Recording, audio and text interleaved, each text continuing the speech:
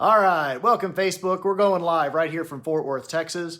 I had put a post out last week. I'm not sure if I put it out on my private page or if it was just my personal page or if it was just my business page, but it was an interesting post, very thought-provoking for me personally, and it turns out pretty thought-provoking for a number of others. In fairness, I stole it from a friend when I saw it because it was so impressive to me. That being said, a lot of people have commented on this to me, especially in person, and I've had a number of conversations, and it's been on my mind to actually talk about this to a wider degree. So the post, so I don't misquote it, it was it basically says, most parents say they would die for their kids, but less than 30% will live a healthy lifestyle for them. Now, this is a big thing for me because, well, my entire message is to try to live a healthier lifestyle. And by that, I don't mean that you have to be a supermodel. I don't mean that you have to have 0% body fat and eat a perfect diet. We're supposed to live in a reasonable way so that we can take care of our health and safeguard our health. And the only way to do that is to start correcting things that may not be the most appropriate. And so when we start talking about health, a lot of times people will start asking really deep, insightful questions about what's the best way to work out or what's the best type of diet. One thing that we can say is there's enough pop healthcare advice out there that we really don't have to worry about all that. You know the things that you're generally supposed to do. And so if you're not taking care of some of the general things that you're supposed to do, there's not really a lot of benefit to going into the weeds about the deeper and more significant things that we would like to see done. So if you're still smoking a pack a day, doesn't really matter what the best workout strategy is. Or if you're sucking down 2 or 3 liters of Dr. Pepper a day, well, it doesn't really matter, what the most appropriate type of salad to eat is. There's some things that we all can do that are relatively simple.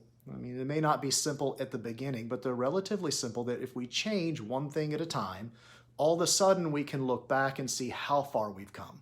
And so this is really the message that I want to give to everybody. So instead of getting into the weeds about the healthiest this or the healthiest that, let's talk about the things that we know that we should all be doing for ourselves. So I've got a couple of suggestions. I break health down into 3 different categories related to stress, and really the differences between good types of stress and bad types of stress. So right now we're just going to talk about the negative types of stress in each of these categories, and we're talking physical, chemical, and emotional. So the physical and the chemical are easy, right? Physically, generally a pretty good idea to go to the gym and work out, right? Generally, bad idea to get in a car accident.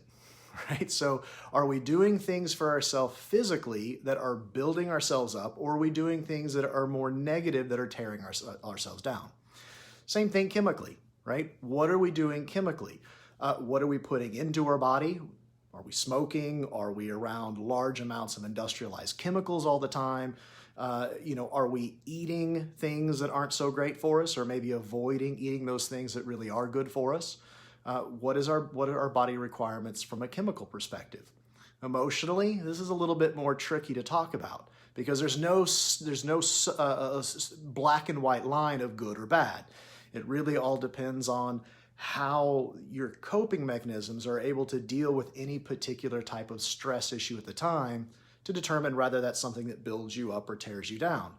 But there are some general ideas, general things that we can talk about. So what I would recommend for each of you is to write down these 3 categories, physical, chemical, and emotional, and start by listing as many things as you can think of that you need to change, that you would really benefit from by either eliminating or changing how you do something.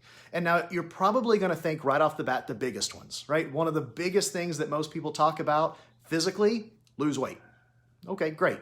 A lot of us need to lose some weight or build some extra muscle. But I want you to dig deeper than the obvious things. I want to get down to where we can start talking about the very small things, because those are the ones we're going to start with, right? So physically, do you go to the gym?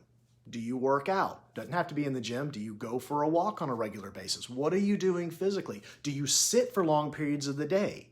Do you fail to stand up and take deep breaths in so you really get to expand that rib cage? Chemically, same thing. Are you have lots of cigarette smoking or other types of drugs that may not be the greatest for us, right? Are you eating tons of sugar? And are you around large amounts of industrialized chemicals, right? All of these kind of things go into that. From an emotional standpoint, are you doing some basic things for yourself? Are you allowing yourself some basic quiet time to reflect on your day or your week? Are you doing things like prayer or meditation? Do you practice an attitude of gratefulness throughout the day or the week? Those are all things that we can talk about there. Write this list down of everything you've got, and then look in each of those categories. What's the easiest thing to change? Just pick one. Pick one out of each category, but you don't even have to start with 3. The first week, pick the easiest one. And once you pick that easiest one, do something to change it. Could you drink an extra bottle of water this week? Every day this week? Can you get up every morning and do a 1-minute plank? Can you go the next week and with the exercise of writing down every morning 3 things that you're grateful for and thinking about that throughout the course of the day? What is it you can do today to start changing your life in a healthier way? Because ultimately, when we're talking about health, it's not always about living that little bit longer.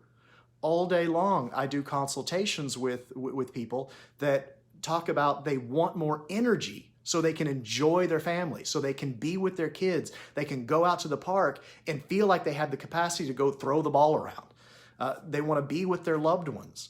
They want to be able to perform in a way that some of them just simply don't have the capability to because they've got some of these habits and some of these lifestyles that are just weighing them down.